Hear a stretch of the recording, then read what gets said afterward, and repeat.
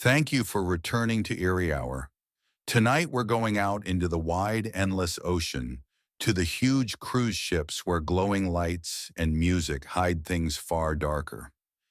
Behind the pools and the midnight buffets, behind the laughter, are horrors that cling to passengers long after they leave.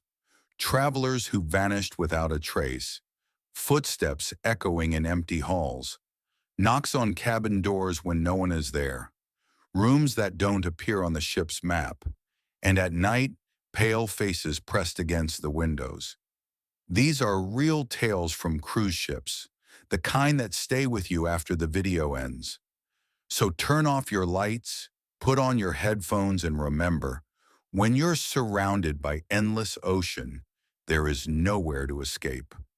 If you're new here, subscribe to Eerie Hour, hit the bell, and tell us in the comments where you're watching from tonight so you never miss the dark.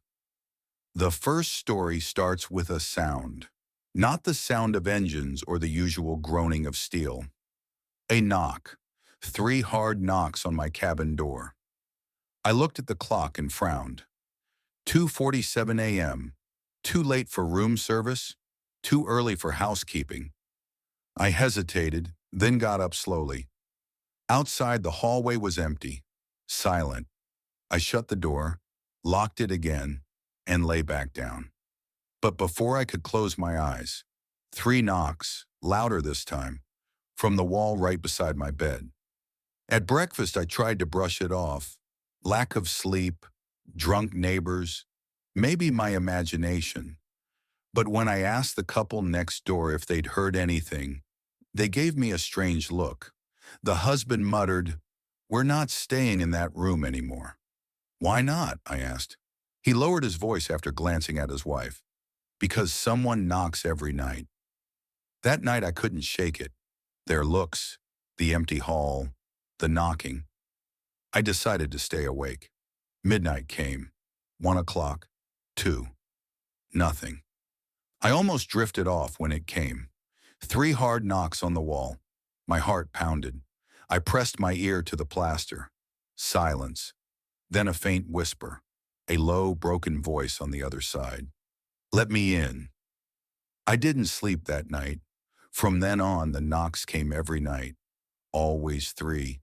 On the door, on the wall, on the ceiling above me, just as I was about to close my eyes. By morning, I felt half insane.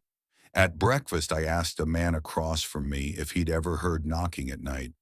He froze, fork in midair, then stood and walked away without a word. Later, I tried asking others. Most laughed and said I was dreaming, but a few grew pale and uneasy. One old woman whispered, "Don't answer it." When I asked what she meant, she only shook her head and left. That night, I sat in the dark by the door, ear pressed to the wood. Hours went by, then 3 knocks. My body jumped. I held my breath. "Who's there?" I whispered before I could stop myself. Silence. Then a soft female voice, broken and desperate. "Please, let me in." My blood froze. I stayed still, not even breathing. Then 3 knocks came again, from inside the closet.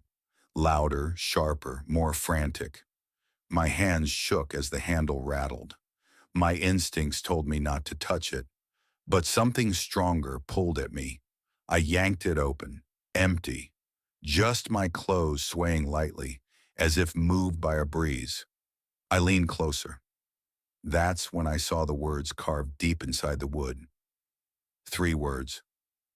"Let me in." I heard them whispered again through the wall. The next morning I went to the front desk. "I need another cabin," I demanded. The young woman smiled politely. "We're fully booked, sir." I slammed my hand down. "That room has a problem.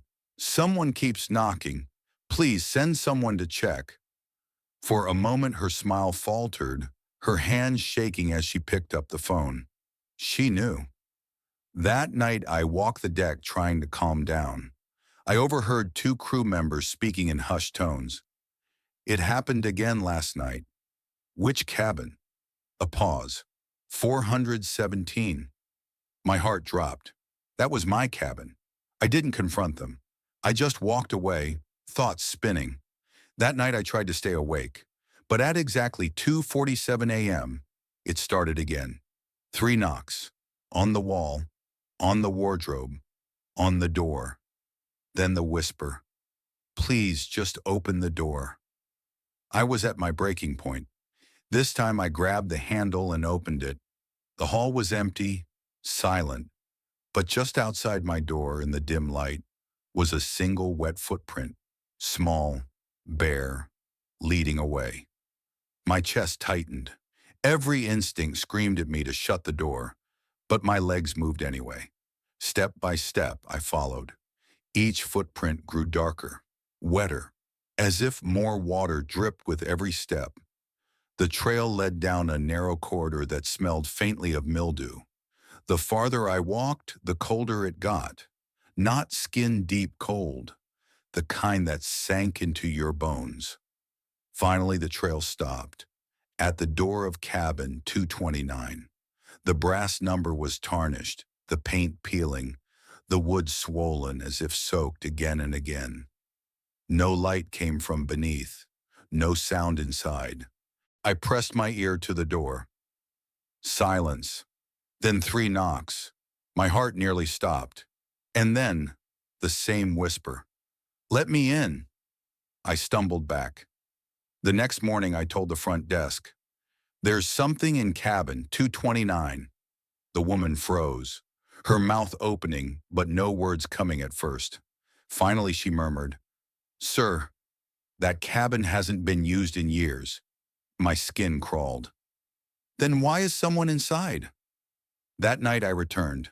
The corridor was heavy with silence. Cabin 229 loomed ahead. And then, knock, knock, knock. But this time another voice joined in. A man's, low and broken. Don't open it. My hand hovered on the handle. Inside, the 2 voices clashed in my head. The woman begging, let me in. The man warning, don't open it. My pulse thundered. And yet I did the one thing I shouldn't. I turned the handle. The door creaked open. The smell hit first. Rotting wood, seawater. The room was soaked. Carpet wet. Wallpaper peeling. Furniture warped like it had been underwater for years. On the wall above the bed, scratches. Dozens of them. Words carved again and again. Let me in. Deep gouges, shallow lines, plaster crumbling away. Beneath them a dark stain, human-shaped, as if someone had been lying there soaked. My foot slipped on the damp floor. I spotted a swollen leather book half buried beneath the bed frame. A diary. Pages water-damaged and torn. Shaky handwriting filled the first few. Day 3. She knocks every night. Day 7. I heard her voice. Day 11. I saw her in the mirror. She drowned. They said she drowned. Day 14. She'll take me even if I don't open. Day 15. I can't take it. Tonight I'll let her in. The entries stopped there. No name, no ending, just silence. Then the air grew cold, so cold I saw my breath. From the bathroom, I heard it. Drip, drip, drip. My heart pounded as I stepped closer. The sound grew louder.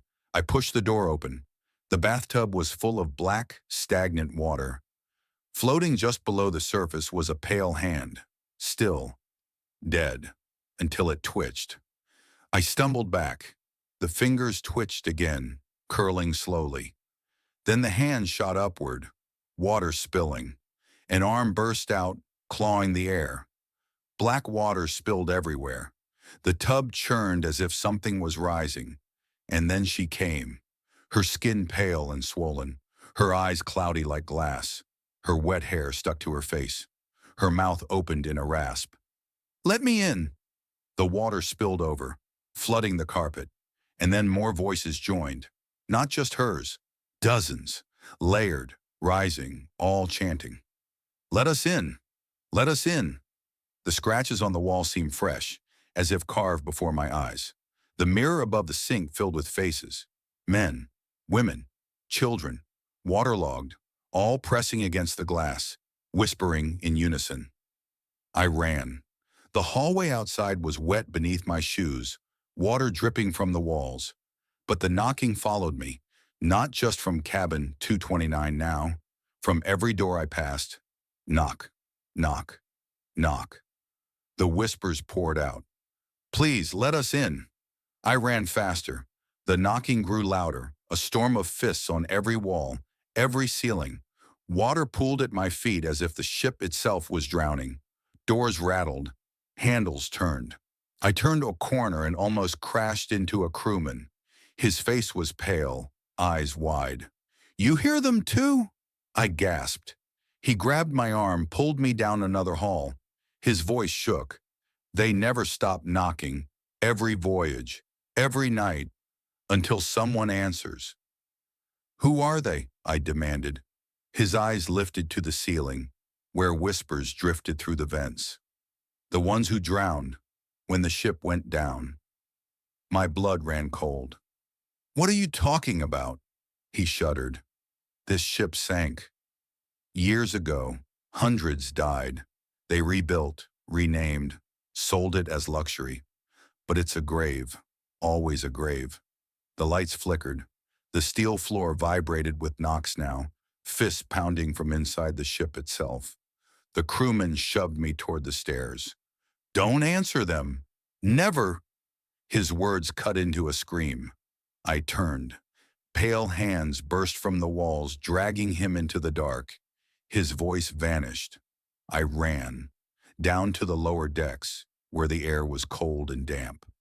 Water dripped from pipes, and then I saw them. Dozens of people in a hall ahead. Passengers, crew, even children, all pale, dripping. Their cloudy eyes stared. Their lips moved together, whispering, "Let us in." Their wet footprints smeared the floor as they shuffled closer. I spun and ran back to my cabin. Maybe if I hid, maybe if I locked the door. I slammed it shut behind me, but the knocking started at once. From the walls, the ceiling, the floor, everywhere, voices pressed in. Let us in! I screamed for them to stop, and then their tone changed, not begging anymore, demanding. Now it's your turn. The lights cut out. When they flickered back, I was no longer in my room. I was inside cabin 229, the walls dripping, new scratches carved fresh. At my feet, the diary lay open, the final words waiting. I understood then. The knocking never ends at 2:47 a.m. every night, because someone must always answer. And now, it's me. Story 2. They denied he even existed, said no record showed him ever boarding the ship. But still, people saw him, every single night, standing in the shadows, watching. On the second night of the trip, I saw him myself. The hallway outside my cabin was strangely silent, the type of silence you don't notice until it breaks. I felt it first, that heavy feeling that someone was right behind me as I went out to grab some water from the vending machine. I turned around, and there he was, tall, thin, as if he had just climbed out of the ocean. His clothes hung wet on his body. His eyes, God, his eyes were nothing but black pits, and his skin was pale, almost gray. He didn't move, didn't blink, only stared at me. My whole body went cold, my throat tightened, but before I could speak, the lights above flickered. In that short moment of darkness, he was gone. With my heart racing, I ran back to my cabin, locked the door, and tried to convince myself it had been a dream. But I knew it wasn't, because later that night I heard voices outside. 3 passengers whispering nervously in the hallway. When I opened my door, I saw them. They had seen him too. By morning, the ship buzzed with rumors. A man was wandering outside cabins, following people in the halls. Some said he even appeared inside rooms, standing in corners until the lights flickered and he vanished. Security told everyone there was no such passenger on board, that the manifest was complete and everyone was safe. But the whispers didn't stop. Each night brought new sightings, more passengers swearing they had met his eyes in the dark. By the fourth night, half the ship was talking about him. That's when things turned worse. Fear replaced rumor. In the dining hall, people ate quietly, glancing nervously at the doors. Parents kept their children close. At night, passengers dragged chairs to block their doors. But still, he appeared. In the lounge on deck 9, in the casino on staircases. Always the same description. Tall, soaked, pale face, black eyes. Always disappearing when the lights flickered. Even the crew grew tense. Their reassurances sounded fake, their words forced. "There is no stranger on board," they kept repeating, but the fear in their faces told us otherwise. That night, after midnight, I woke to a sound.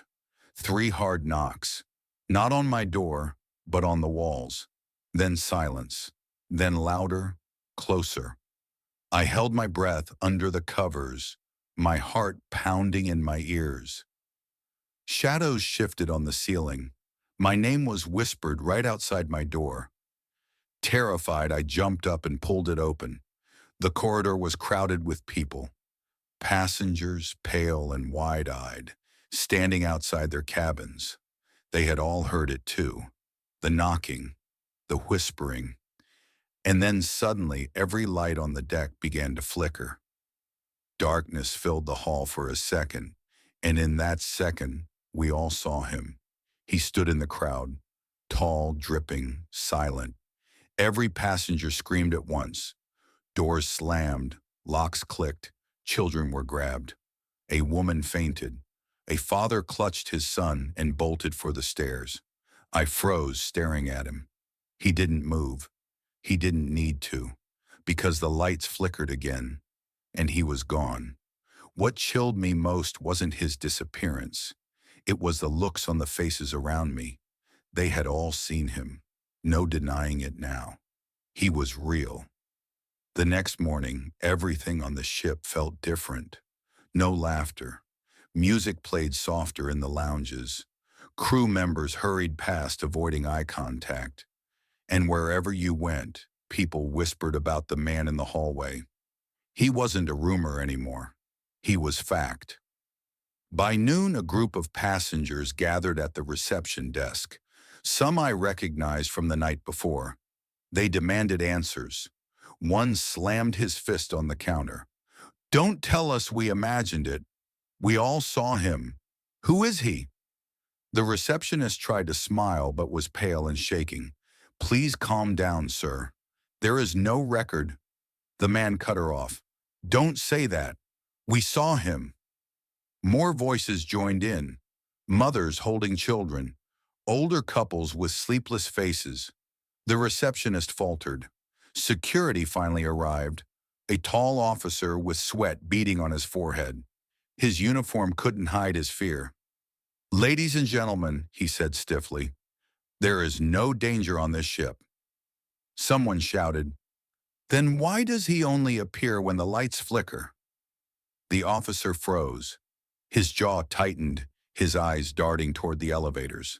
And I saw it then. The truth. The crew knew. They had seen him too. That evening I found the officer again, alone on deck, smoking and staring out at the dark sea. I approached slowly, my heart racing. "You've seen him, haven't you?" I asked. At first he didn't answer. The glow of his cigarette lit his tired eyes. Finally he muttered, "This isn't the first time." My skin prickled. "What do you mean?" He exhaled into the night. "Every voyage. Someone always sees him. Same description. Pale, wet, black eyes. Always at night." My mouth went dry. "Always when the lights flicker," I whispered. He turned, his face ghostly in the moonlight. "Nobody knows who he is, but whenever he shows up, People disappear. I couldn't shake those words. People disappear. I wanted to believe he was lying, just a worn-out man trying to scare me. But the very next morning, panic spread.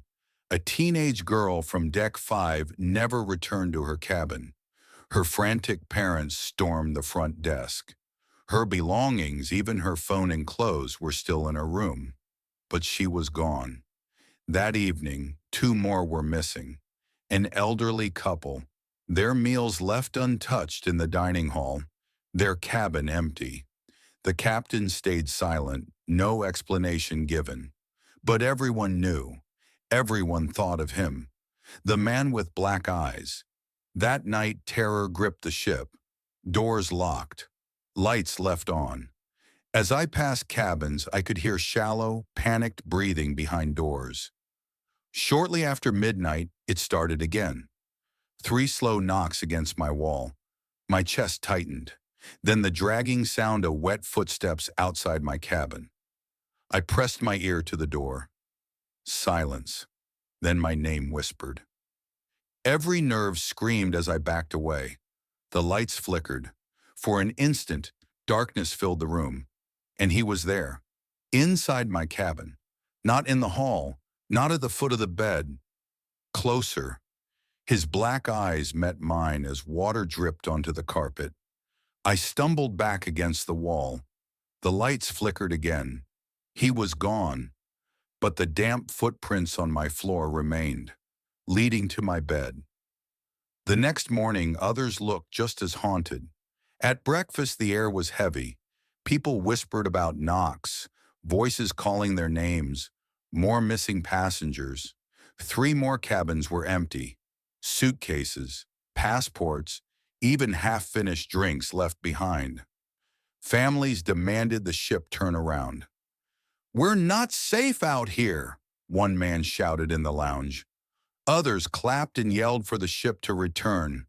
But the crew kept insisting everything was under control, though their pale faces betrayed them. That night, more vanished. By the 6th day, the cruise no longer felt like a vacation. The pool was closed. The casino shut down. The music and laughter had been replaced by whispers and slamming doors. People weren't passengers anymore. They were prisoners, trapped and too afraid to sleep, too afraid to open their doors. Everyone knew the truth now. Someone was on the ship who shouldn't be. That afternoon, I ended up in the library lounge. Guests could use the old computer system to check schedules and notices. My hands shook as I typed, scrolling through announcements. Then I found it. Passenger logs. The full manifest. Every cabin, every name. I searched quickly for mine. It was there, listed as expected. My eyes darted further down the list. Then I saw it. A name I didn't recognize. Cabin 173.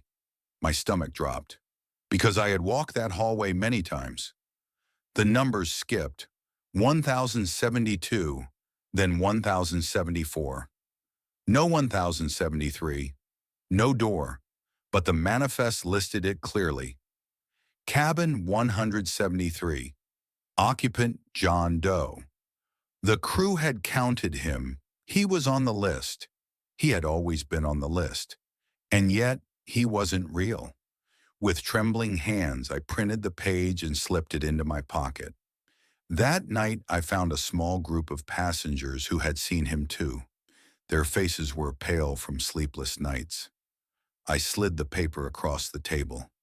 "This," I whispered, "this is him." They leaned closer, eyes widening when they saw the name. Silence fell. "I knew it," one woman whispered, crossing herself. A man clenched his fist. "We have to see it. We need to see if that cabin exists." We exchanged nervous glances. Finally, 3 of us stood, holding the paper like proof of something too big for us. We made our way down the hallway. 1071, 1072, then nothing. Blank wall, then 1074. My pulse roared in my ears as I touched the cold wall where 1073 should be. There's nothing here, someone muttered. Then the lights flickered, and in that instant, a door appeared. Cabin 1073. Peeling paint, dripping water, and standing in front of it was him.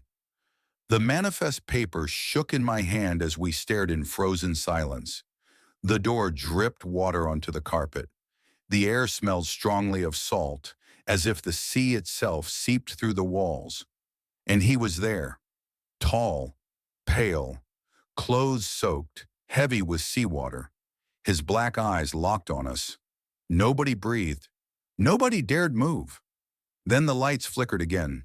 He was gone. Only the door remained. We should have run. We should have left it alone. But fear easily becomes obsession. Harris, one of the men in our group, stepped forward. His voice shook but was full of stubborn anger. I want to know what's behind it. We begged him not to, whispering frantic warnings. But he ignored us. His hand closed around the corroded handle, and he pulled. The door groaned like it was sealed by the sea itself. Then with a wet, sucking sound, it gave way. The stench hit us first. Salt, rot, mold. Then the chill. A wave of damp air, so cold it burned my lungs, rushed into the hall. And beyond the doorway was nothing but blackness. Not normal darkness. A thick, wet void that swallowed the pale hallway light. Harris stepped inside, flashlight trembling in his grip. The black swallowed the beam of light, barely reaching a few feet ahead. The rest of us followed, pushed forward by a mix of fear and curiosity. The cabin was wrong. Too large inside. The floor was uneven, sticky with seawater, and the walls stretched farther than they should. The bed frames were rusted at the corners, the mattresses damp and ripped, black with mold.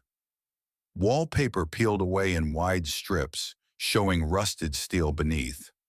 Dripping echoed from all sides, steady and rhythmic, like water falling from something unseen above. The room didn't feel like a room at all.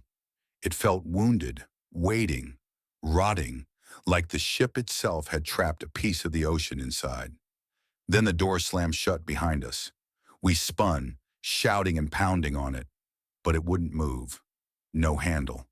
That's when we heard it. Footsteps, not ours. Wet, dragging, slow, coming closer out of the darkness. Harris raised his flashlight, his hands shaking as the weak beam cut through the gloom. And there he stood, closer than before. Water pooled at his feet, running down his body in streams. His chest rose and fell like he was trying to copy breathing, but didn't know how. Each jerk of his chest was sharp and unnatural. His jaw dropped open, but no voice came. Instead, seawater poured from his mouth, splashing across the floor, flowing toward us. We stumbled back, slipping on the slick metal. The water rose quickly around our ankles, climbing toward our knees. Harris dropped the flashlight, its beam spinning madly before going out, plunging us into complete darkness. But we weren't alone. Hands. The water was alive with them, slimy and cold, clutching at us from underneath. Fingers coiled tight around my legs and wrists, pulling me down. I kicked and fought, my lungs burning, my throat filling with choked screams. My friends cried out, but their voices were muffled, drowning fast. Louder than anything else, the footsteps echoed closer. The water swallowed us in seconds, filling the room with blackness and frigid air. The icy grip dragged me deeper. My chest screamed for air, my eyes blurred. I thought I'd sink forever. Then the water was gone. Not drained, not faded, just gone. I collapsed onto the wet floor, choking and gasping, my chest on fire. My clothes clung heavy and soaked against my skin. The others were missing. Harris, the woman, vanished. Only he remained, standing just ahead, closer than before. His head tilted strangely, water running from his open mouth. His eyes were black, locked on me. Trembling, I stumbled back and let out a rasping scream. "What do you want from me?" For the first time he moved. One step, slow, steady. His voice broke the silence, bubbling, shaky, like water running through pipes. "You're already here." My fear twisted into confusion. "What?" His mouth stretched wide, spewing torrents of seawater. Dozens of voices overlapped his, echoing across the cabin. "You made your reservation. Cabin 1073. My blood froze. "You never left." My hands shook as I tore the crumpled, damp paper from my pocket. The ship's manifest. My name was still there, smeared with salt water. Cabin 1073. John Doe. But now a new line appeared beneath it. Holder, my own name. My stomach flipped. My chest felt hollow. This couldn't be real. But then the truth hit. I had checked in, dropped my bags, slept there. Or had I? What if I had never left cabin 1073? What if I'd always been inside it? That was the real horror. I wasn't seeing him. I was him. The lights flickered, then returned, and the cabin was gone. I was lying in the corridor, soaked and shaking. Passengers stared, pressing against the walls in fear. "Another one," a crewman muttered into his radio as he rushed over. "Another one, 1073, has been caught." They didn't see me as a traveler. They saw me as him, the black-eyed figure, the intruder. Their eyes widened in terror as I staggered toward them, begging for help. Parents pulled their children close. Men shoved against the walls to keep away. I was no longer myself to them.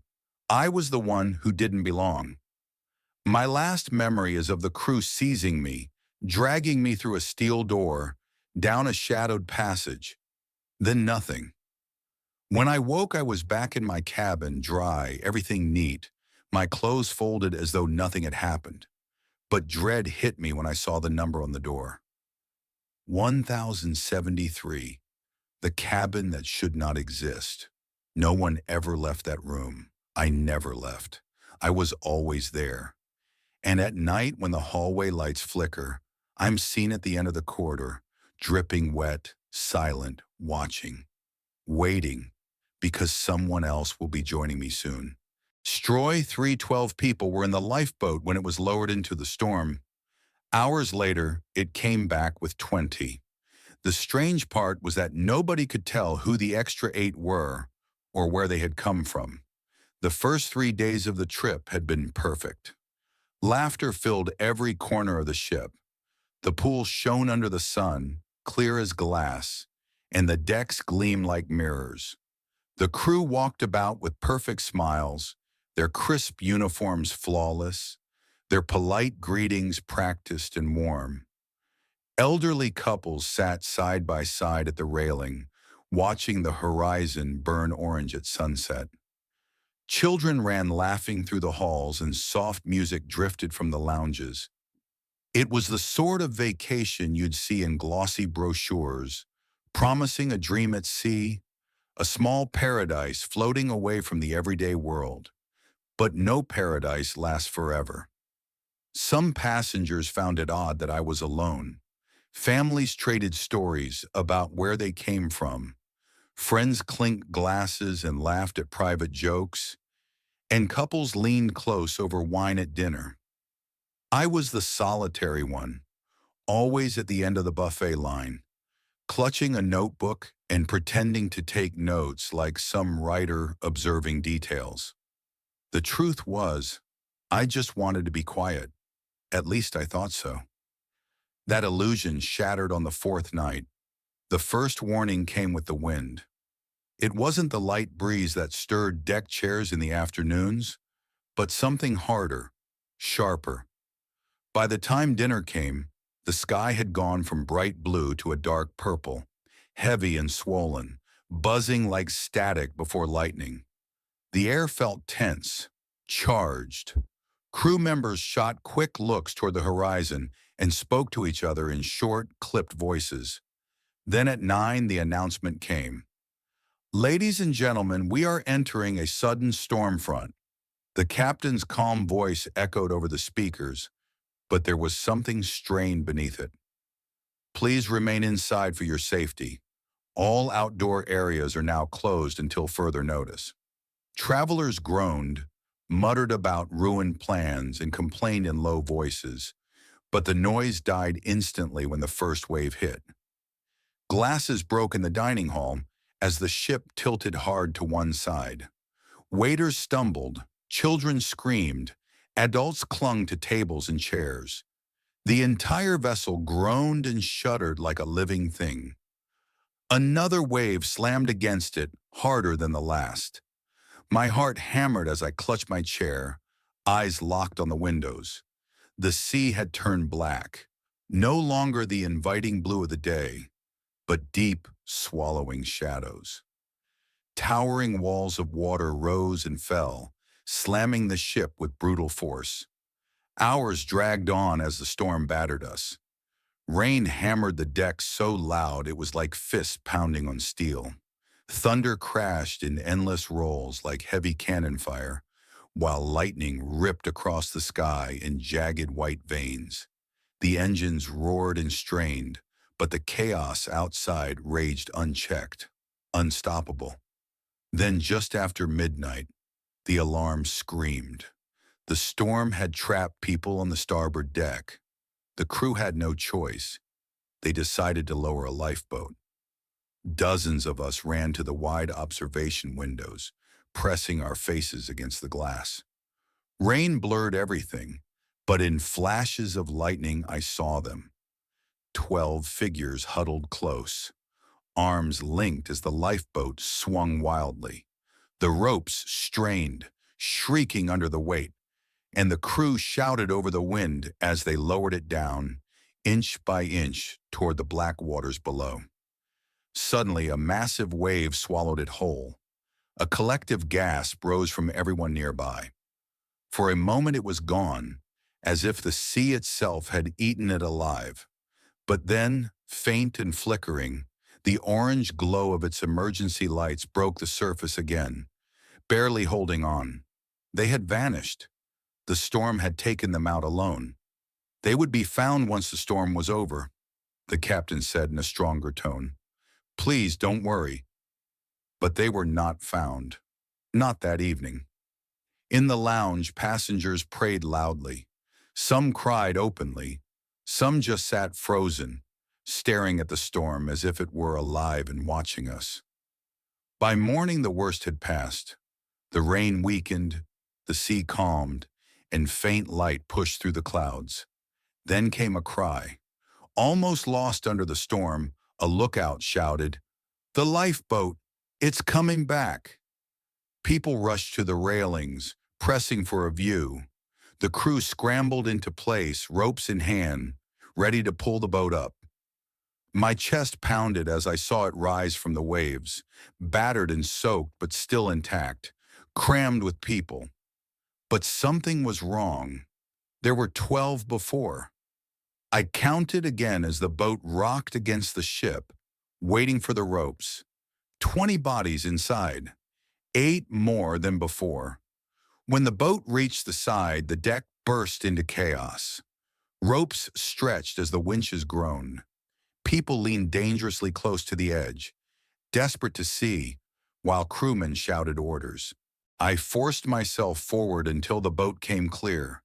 It slammed against the hull like a wounded creature, lightning cutting across the sky, rain dripping from ropes. At first, only shapes were visible. Wet clothes, pale skin, bodies squeezed together, shivering. They looked shattered and weary from the night. Then it struck me. The boat had left with 12. Now there were 20. My stomach dropped cold. The crew wasted no time. They tied ropes, dragged the lifeboat up, and pulled it aboard.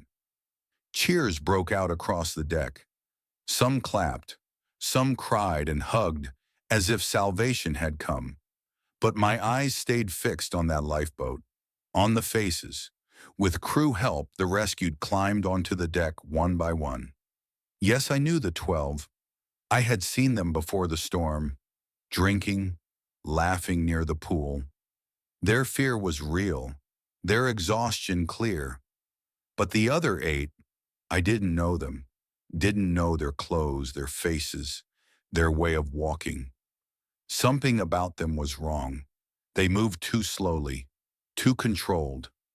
Unlike terrified survivors, their eyes never shifted. They only stared ahead, unblinking. One passed near me, water dripping onto the deck from his body. His lips moved as if whispering, though no sound came. His skin looked drained, not from fear, but as if the sun hadn't touched it in years.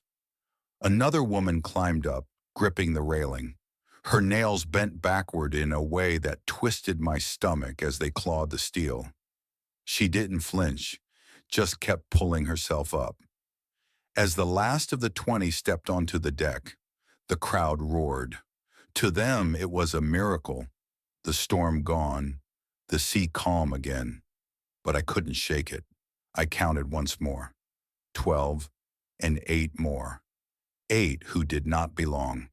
When the captain came, he greeted the wet survivors, clapped their shoulders, and told the crew to fetch blankets and hot drinks. His smile stayed, but his eyes showed something else. For just a moment, I swear I saw it. Fear.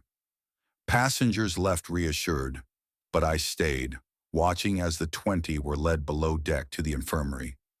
One by one, they disappeared into the hall. Then came the sound of dripping, and I knew the stains they left behind weren't water.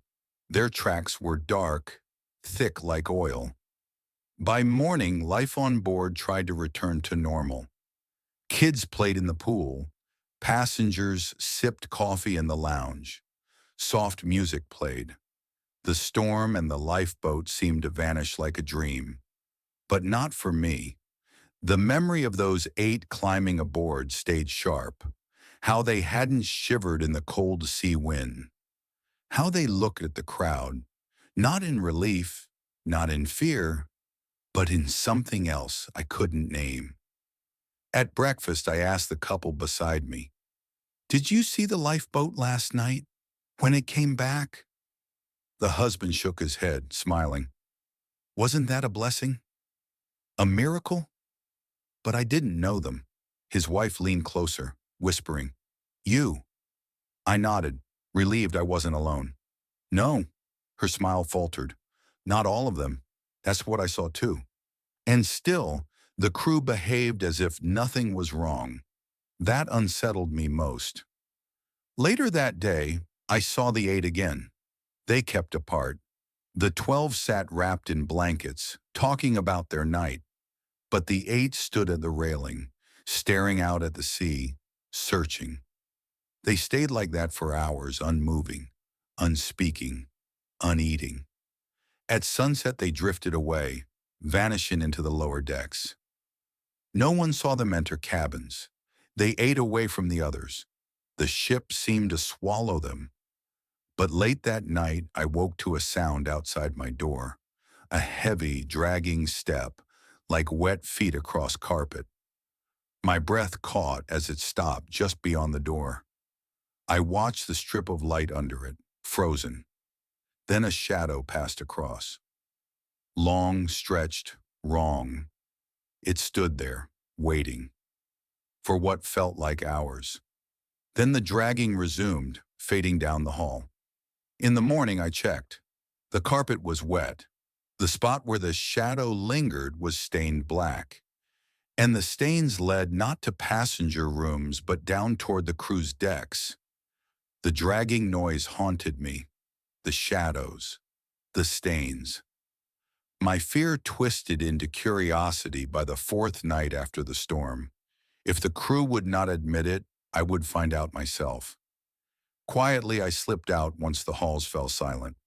Laughter gone, lights dim. I followed the thin black trail, past cabins, past staircases, past the signs marked crew only. My body screamed to turn back, but I pressed on. The marks thickened. The air grew heavy, damp like a cave. Pipes hissed overhead, dripping cold water on my shoulders. Then I heard them. Low whispers, wet, steady. I crept closer, pressing to the wall. The hall opened into a storage room. I wasn't supposed to see, but they were there. The eighth.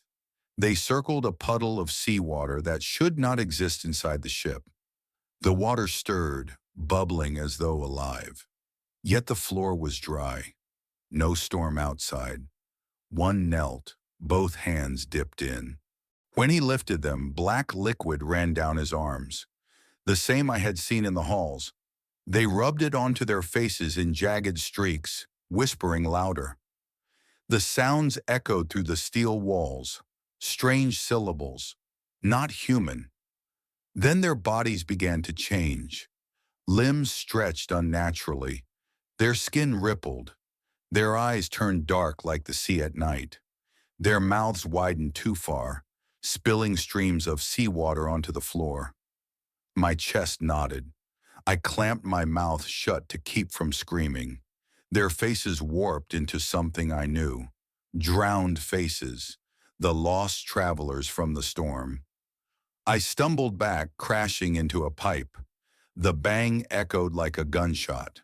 Their heads snapped toward me at once. 8 dripping eyes locked on me. The whispers stopped, replaced by silence. 8 still bodies. 8 open mouths. Their gaze pressed against me like weight. Then in perfect unison, their heads tilted.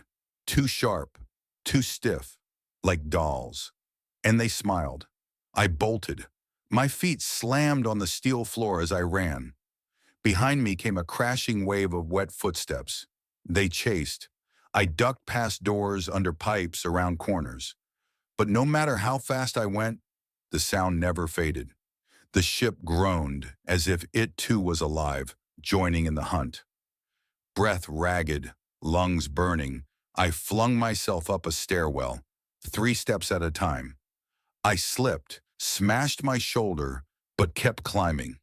Their dragging steps echoed below, whispers following up the stairs. I shoved through a door onto a passenger deck. Bright lights, carpet, safety for a second, until I saw them. 3 stood waiting at the end of the hall. My stomach dropped. How had they beaten me here? More behind me. I spun. They weren't chasing like men. They were hurting me. The hallway stretched, lights flickering, doors rattling as I pounded them. Open! Please. No answer. Another door. I begged again. Help me! A whisper came close to my ear. Come along. I spun. No one there. But the hall was no longer empty. The 8 closed in from both sides. Their mouths opened, dark liquid spilling, eyes blank. A sound rose, vast and endless like the ocean. The lights blinked out one by one, swallowing the hall in darkness. Then they moved, not walking, not running, but sliding forward, drawn toward me as though pulled by the sea itself. With each dying flicker of light, the corridor shrank tighter and tighter. With my back pressed to a cabin door, I felt like the whole ship could hear my heart beating. It was so loud I swore the waves were echoing inside their throats as the 8 figures crept closer, their mouths opening wider and wider. Then suddenly another door swung open and light burst out around me. A hand grabbed me and yanked me inside. The door slammed shut and the room was swallowed in darkness. I froze as a sharp whisper broke the silence. Don't make a sound. My lungs screamed for air, my chest heaving, but I kept still. Through the thin walls I could hear slow, dragging footsteps. The whispers were still there, soft and chilling. They stopped right outside the door. The handle rattled. My throat tightened, but then, step by step, they moved away, fading into the endless corridor. The silence left behind was unbearable. Finally I whispered, "Who are you?" A faint beam of light flickered on. A pale man in his late 40s, eyes wide with fear, cupped a tiny flashlight in his hand. His uniform gave him away. "Crew," he hissed. He leaned close, his words urgent. "You shouldn't have followed them." My voice broke. "What are they?" "The lifeboat didn't carry them." He shook his head quickly.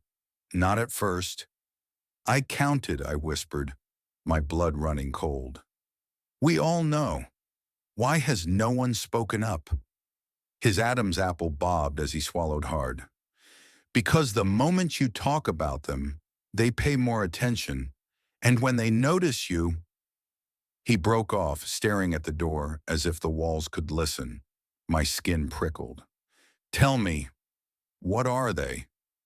My voice was barely a breath. He leaned closer and whispered, "They aren't passengers. They're what the sea gives back." My confusion must have shown. He explained, "Storms take people. They drown. But sometimes the sea gives them back. Just not the way they were. Not as people anymore." My stomach turned. "The sea doesn't like to let go," he said, his voice shaking. "The eight, they are the drowned, brought up from the depths, wearing bodies that only look alive. But they're not anymore." I thought of their black, empty eyes, their skin wet and dripping, the whispers that had filled the halls. "Then why bring them on board?" I asked. "Why not leave them?" His face grew tight. "Because they don't ask permission.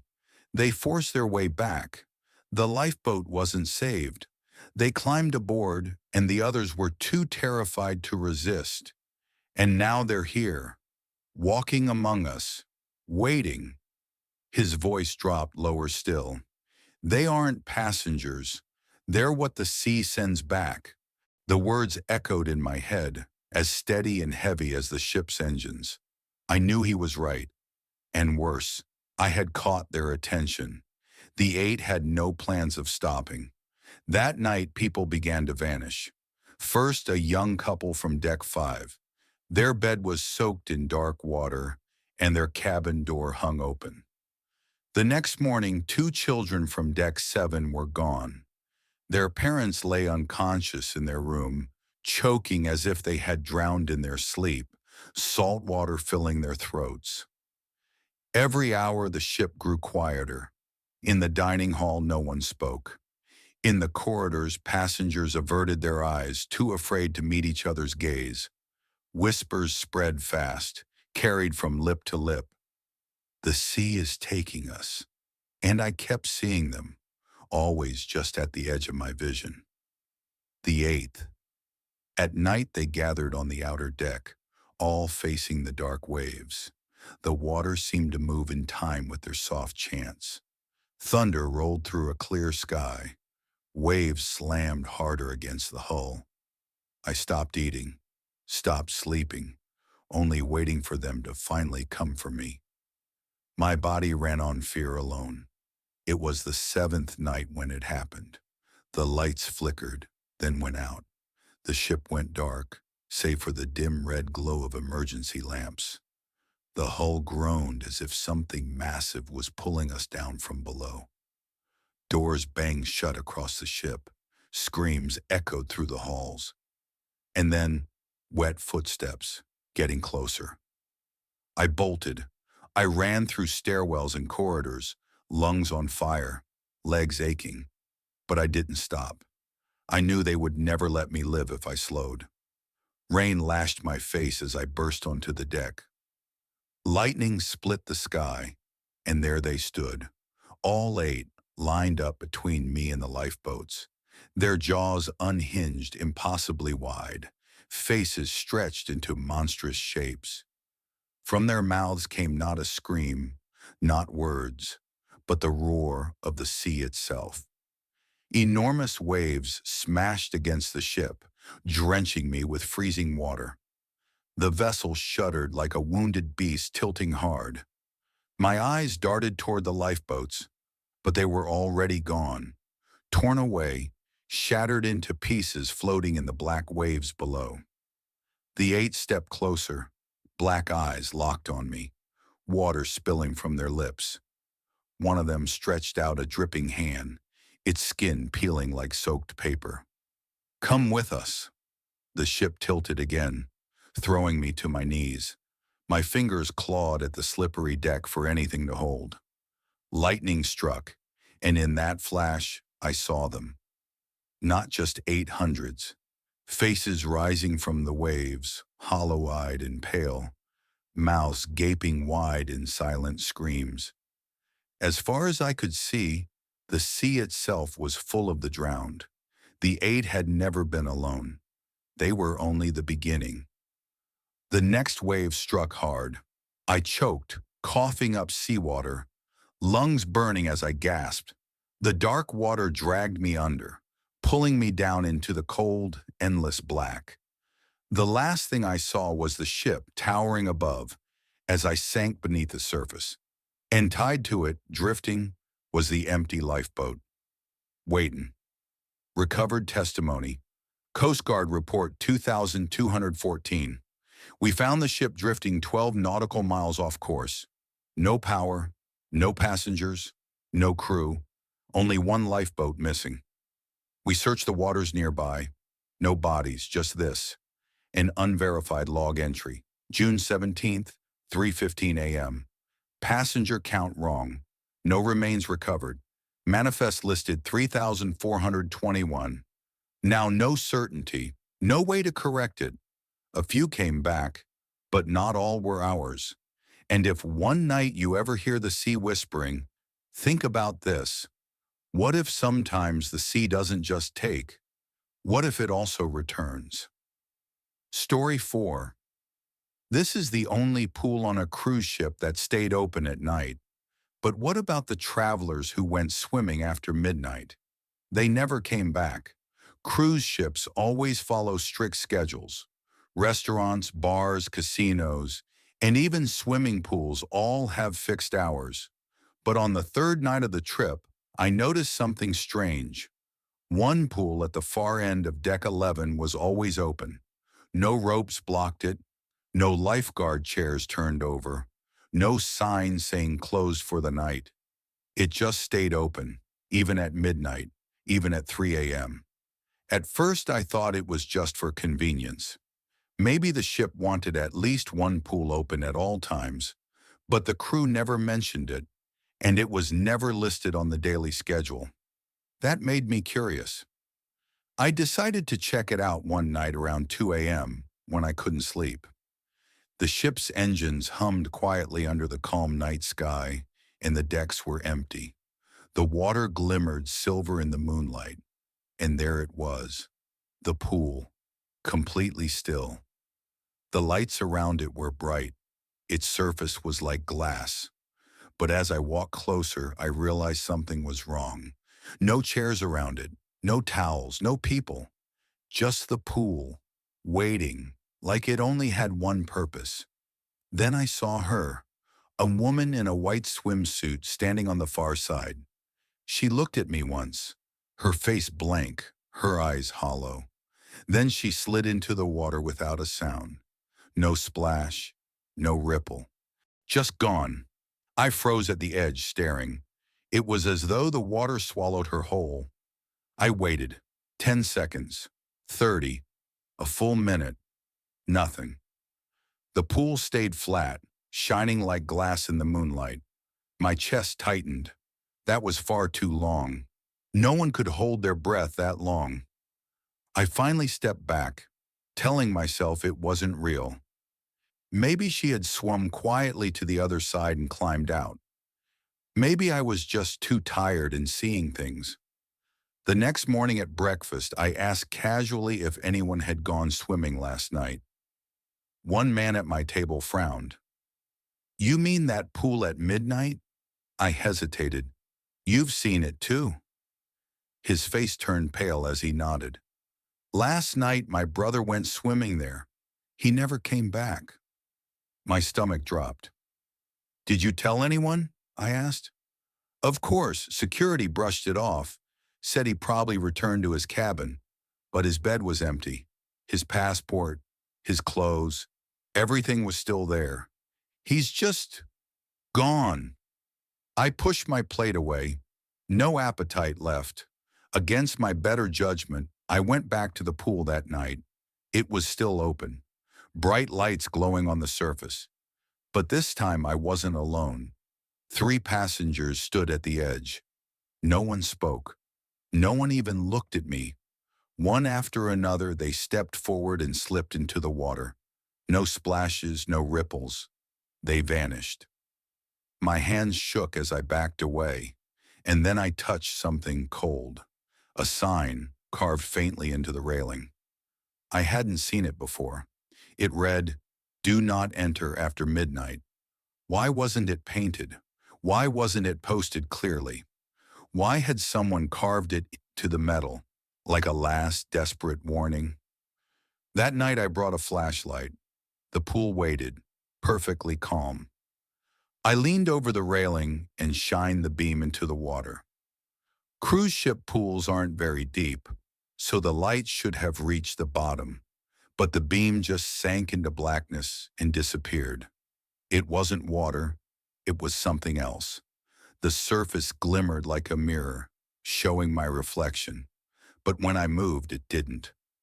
My reflection stayed still. My heart skipped. I raised my hand. The image didn't follow. Then it smiled slowly. I nearly dropped the flashlight. For the first time, the water rippled, sending thin waves outward. And in those waves, I saw faces, dozens of them, their mouths frozen in silent screams, their eyes wide, pressed just beneath the surface as if trapped under glass. The missing passengers. One face pressed closer, and I grabbed the railing, shaking. It was the man's brother, the one from breakfast. His eyes locked onto mine. His mouth opened, bubbles streaming upward. The voice wasn't in my ears, but in my mind. "Come with us." The water surged suddenly, splashing over the deck and soaking my shoes. I stumbled back. Something broke the surface. A hand, pale, bloated, clutched the pool's edge. Black water dripped onto the tiles. Then another hand, then an arm, then a head, and my chest locked tight. It was her, the woman in the white swimsuit. Only now she was dead. Her eyes glazed over like cloudy glass, her skin gray.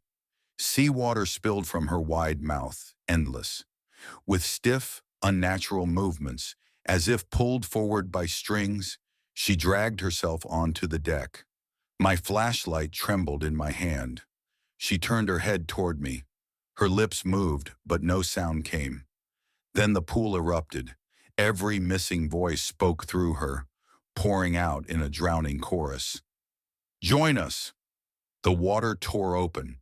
Dozens of faces and arms pushed through, as if breaking through a barrier instead of water. Their mouths stretched wide, their eyes desperate, as they clawed for the deck. I ran. I bolted for the stairs, my lungs tearing, my boots slamming the wet tiles. But I froze when I reached the door. Water leaked through the gaps. Not leaked, poured. The pool was no longer just a pool. It was spreading. The water flowed into cabins, flooding the hallways, leaving the floor slick and shining. Above me, the lights flickered wildly. Somewhere, a child screamed, then cut off. I ran into my cabin, shoved a chair against the door, and slammed it shut. The roar of rushing water filled the ship, growing louder and louder. My heart pounded. Then there was silence. I opened my eyes. It was dry in my cabin. The pool had vanished. The ship was quiet. I briefly believed that I had imagined everything until I looked at the mirror in the restroom. Water droplets stuck on my skin. I had dripping wet hair. My clothing held on to me like if I had just emerged from the sea. Then I caught sight of my own reflection. It grinned, not me. I was released by the pool, but it demanded something in exchange. Story 5. I assumed she was just another traveler when I first saw her. On my second night of the trip, the ship moved quietly across the dark Atlantic. I stepped out to my balcony for some fresh air, trying to shake off the strange feeling that had hung over me all evening. A tightness in my chest as if someone was watching. That's when I noticed her. A girl stood alone on the balcony across from my cabin. No light came from behind her. Only the dim shine of the moon showed her figure. The thin fabric of her long white dress swayed lightly in the sea breeze. Her wet hair clung to her shoulders. She didn't move, only stood there, watching. At first I thought she was simply enjoying the ocean like I was, but the longer I looked, the clearer it became that her face wasn't turned to the horizon. It was turned at me. Her eyes stayed fixed on the space between our balconies. I awkwardly lifted my hand, giving a small wave. She didn't respond, didn't blink. I gave a nervous laugh and pulled back inside, sliding the glass door shut. Maybe she was drunk. Maybe she was just odd. Still, I felt cold as I lay in bed. When I finally slept, I dreamed of waves smashing against my balcony and dragging me into the black water. The next morning, my curiosity got the better of me. At breakfast, I asked a crew member about the room across from mine. After checking my cabin number, his face hardened. I frowned and asked, "What's wrong?" He shook his head firmly. "That side of the ship isn't open to guests. It's under repair. Nobody stays there." I froze, but I saw someone out there last night. He gave no answer, just walked away. My thoughts scrambled for reasons. Maybe he was wrong. Maybe they had still given that room to a traveler. But her face came back to me, pale, expressionless, unblinking. I couldn't shake it. That evening, I couldn't resist. My heart pounded as I slid the balcony door open and stepped outside again. The sea under the moon was endless and rough, and there she was, across the gap. Same place, same white dress, same dripping hair, watching me, my throat locked tight. I wanted to shout, to ask her why, but the words never came. Then the worst realization hit me. The balcony door behind her was closed. I could see the moonlight reflecting across the glass. She wasn't outside at all. She was standing inside the sealed cabin. My breath hitched as I stumbled backward. When I forced myself to look again, she was gone. I didn't sleep a second that night. Every sound of the ship shifting felt like footsteps in my room. Every shadow was darker, too long, too still. By morning, I was a wreck. At breakfast, I overheard a couple whispering at the next table. "Did you see her?" the woman asked, hands trembling as she gripped her cup. The man gave a stiff nod. "On the balcony, last night." Before I could stop myself, I leaned toward them. "You saw her too?" They both turned sharply, eyes wide. The woman's lips quivered. She was staring right at us. Later we met again in the quiet of the ship's library. The three of us sat together whispering, and slowly more people joined. One after another they admitted the same thing. They had all seen her. The same long white gown, the same wet hair, the same empty stare. Always at night, always on the balcony across, always in the sealed part of the ship. A man leaned forward, voice low and uneasy, and I felt my stomach turn cold. "They say she jumped. Years ago, a young girl slipped over the balcony in the middle of the night." The group went quiet as his words sank in, heavy like the sea itself. They had never found her body. What I will never forget was the whisper that followed. "She doesn't haunt the ocean. It's the balconies she haunts. She's looking for someone to go with her." I swore to myself I wouldn't look. That night I planned to stay inside, lock the doors, close the curtains. But as midnight got closer, something pressed against me, pulling.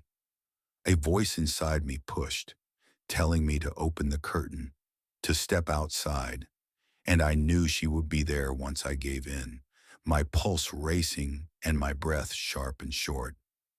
This time she was closer, not across the ship, not behind the glass. She was leaning against my own balcony railing.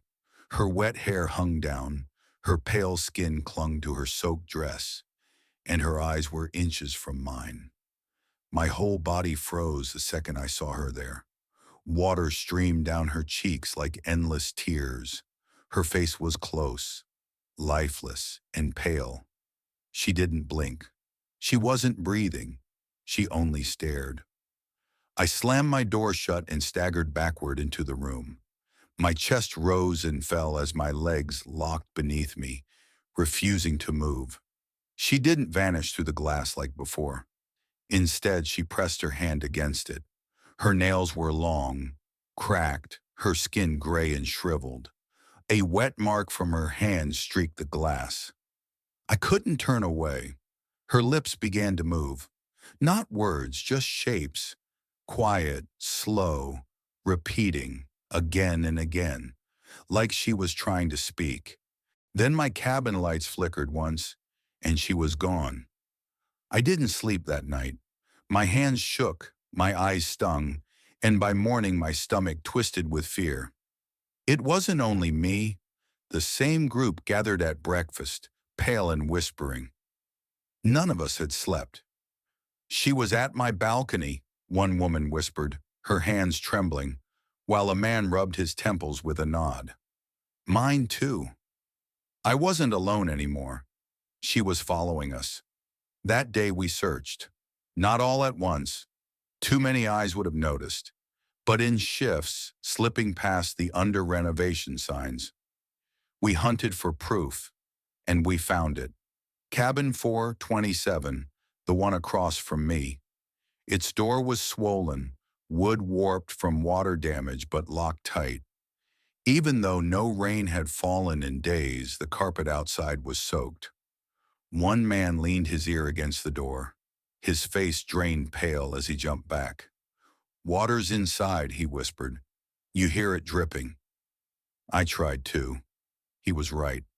Drip, drip, drip. Steady, endless, like a tap never turned off.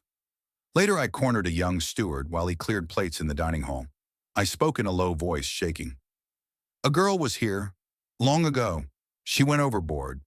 Don't you know? His hands tightened on the tray, his lips trembling. He didn't meet my eyes. I leaned closer.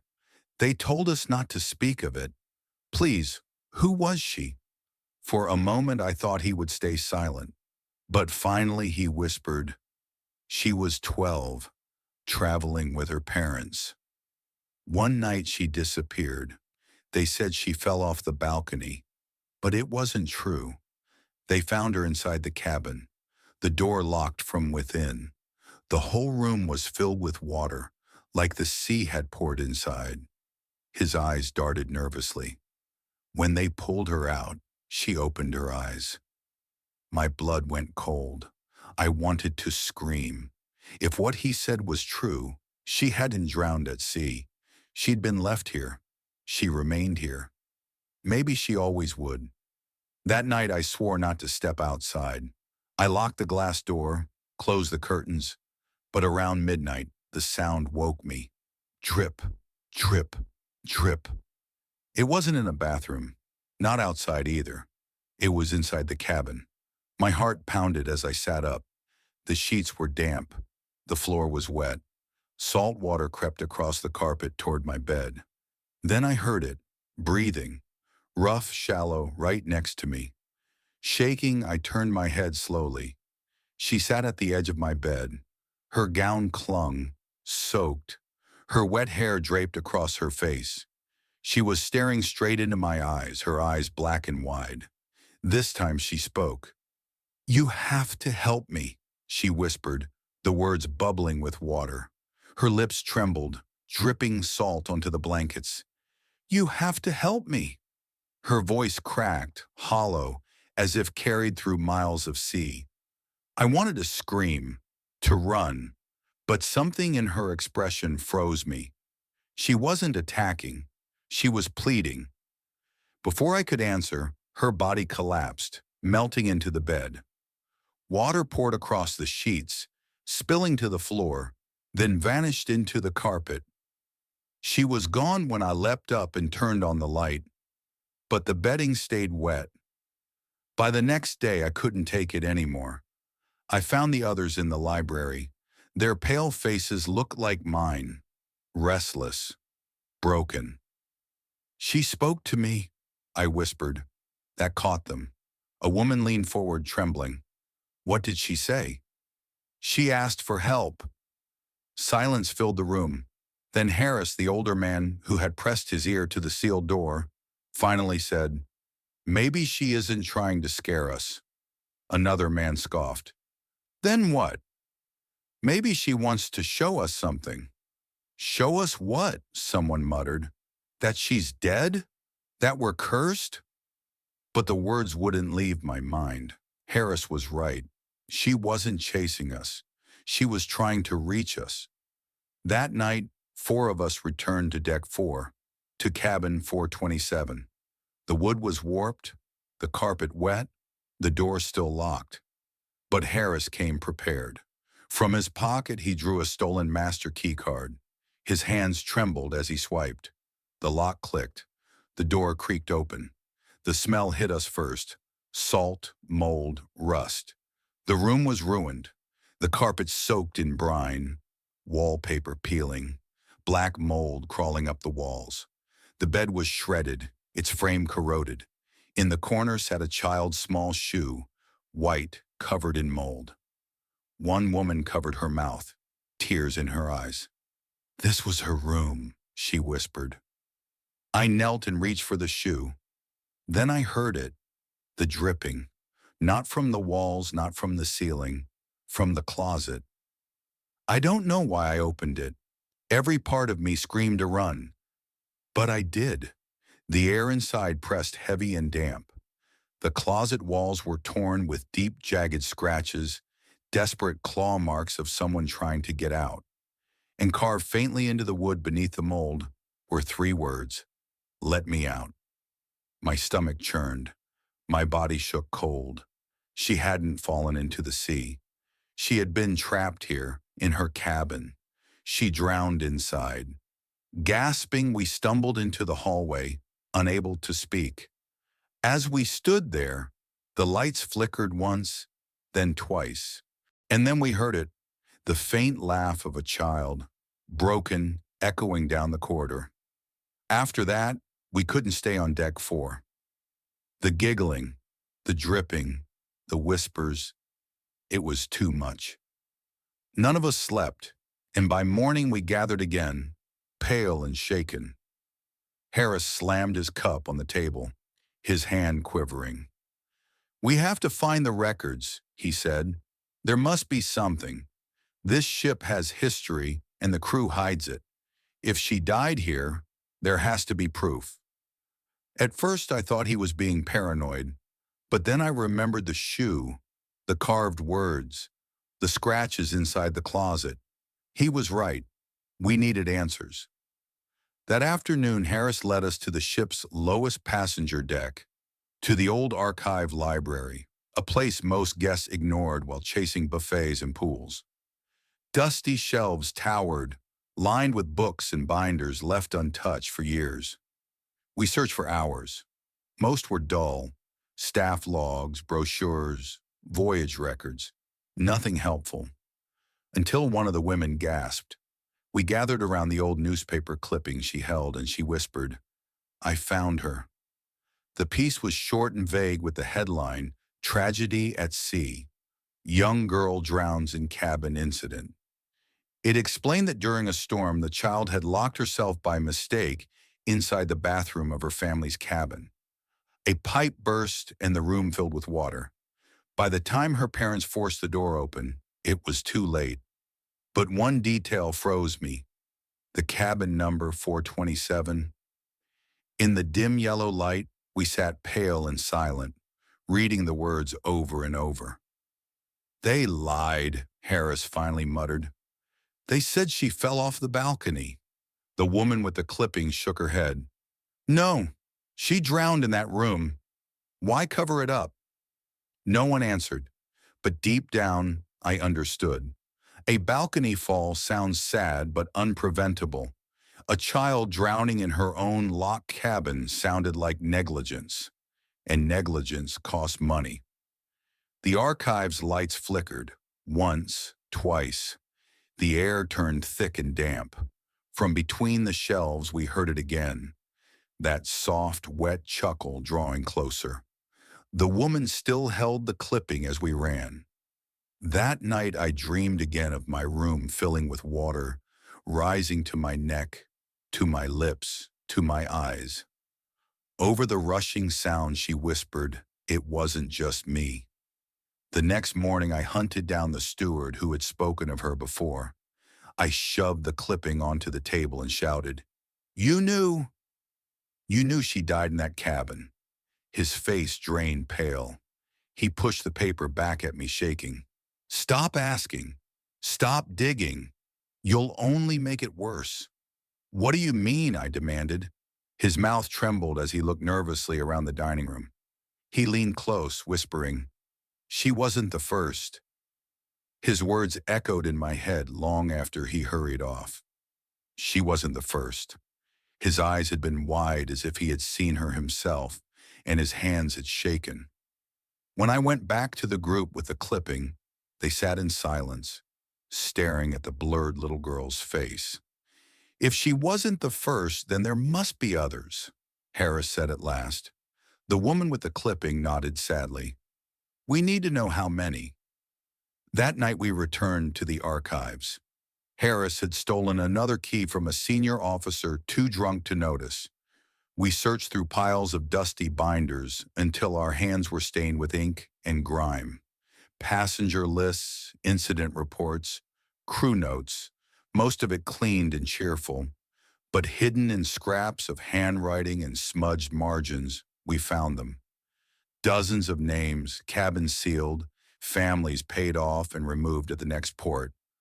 Always the same mark, Deck 4, Cabin 427. As we read, the room chilled. In the 1980s, a man vanished, his wife claiming she awoke to find their bed filled with water. In 2002, a crewman disappeared, last seen speaking to someone no one else saw, outside Cabin 427. In the 1990s, a teenage girl vanished. Her friends' swearing wet hands had dragged her toward the balcony. Then came the little girl's story, the one we already knew. But others followed, always afterward, always tied to Cabin 427. The woman in our group began sobbing, covering her mouth to stop the sound. That's not a ghost, she whispered. It's a curse. The word made us all shiver because she was right. This wasn't one haunting. It was a cycle, a hunger. That night the ship felt heavy, suffocating. I locked my balcony door, shut the curtains, and left every light on. Still at midnight I heard it. Drip, drip, drip. My heart pounded as I hid beneath the covers. Then came the sound of soft, wet footsteps crossing the carpet. I squeezed my eyes shut, telling myself not to look. But when I finally dared open them, she was there, at the foot of my bed, hair plastered to her pale face, dress soaked, eyes hollow. And she wasn't alone. Behind her stood shadowy figures, men, women, children, all dripping, all silent, all staring at me. My throat closed. I tried to scream, but no sound came. Then in a low whisper, all of them spoke at once. It never stops. Their voices shook my bones. It never stops. The girl tilted her head, salt water dripping onto my floor. It never stops. And then, nothing. They vanished. No water. No sound. Only me, gasping in the silence. The next morning our group was wrecked. None had slept. None looked well. Harris slammed his fist on the table. We can't ignore this anymore. We go to the captain. I nodded, though the others hesitated. But we all knew the truth. The officers already knew. That afternoon, we forced our way to the bridge. Officers tried to block us, their smiles cracking as we shoved past. Harris held the clipping high and shouted, "Tell them the truth!" Finally, the captain appeared, his uniform spotless, his eyes weary. "What truth?" he asked calmly. "That girl," I yelled. "Cabin 427. The others who vanished. The disappearances." He stayed quiet for a long moment, then sighed. "You already know. Some debts cannot be paid." The silence pressed down on us. "What are you talking about?" I demanded. His jaw clenched. He glanced at his officers, then back at us. "This ship is old," he whispered. "Older than the company admits. It has been renamed, rebuilt, repainted. But the ocean remembers. It never forgets. A cabin is always waiting. Someone is always taken. That is the cost of safe passage." The woman gasped, covering her mouth. "You mean you allow this?" His face darkened. "I don't allow it. I endure it. We all do. Without the offering, none would cross alive." Harris lunged, but guards held him back. "You're sacrificing passengers, children," he shouted. The captain did not flinch. "Would you rather the ship sink? Would you rather all die?" His words sat in the air like poison. And the worst part was, I believed him. That night the ship was too still. I lay awake, the captain's words running through me. The cost of safe travel. Was that why she came to me? Why she stood at my bed? Why she whispered? Not for release, but for replacement. At midnight, the dripping started again. Drip, drip, drip.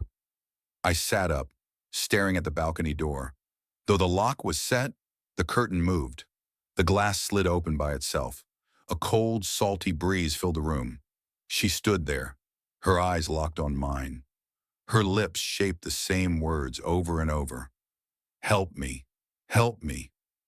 Behind her, the black ocean stretched forever. But in the glass, there was no reflection of her face, only mine. I can't remember how the night ended, only that my cabin was dry, my sheets were neat when I woke.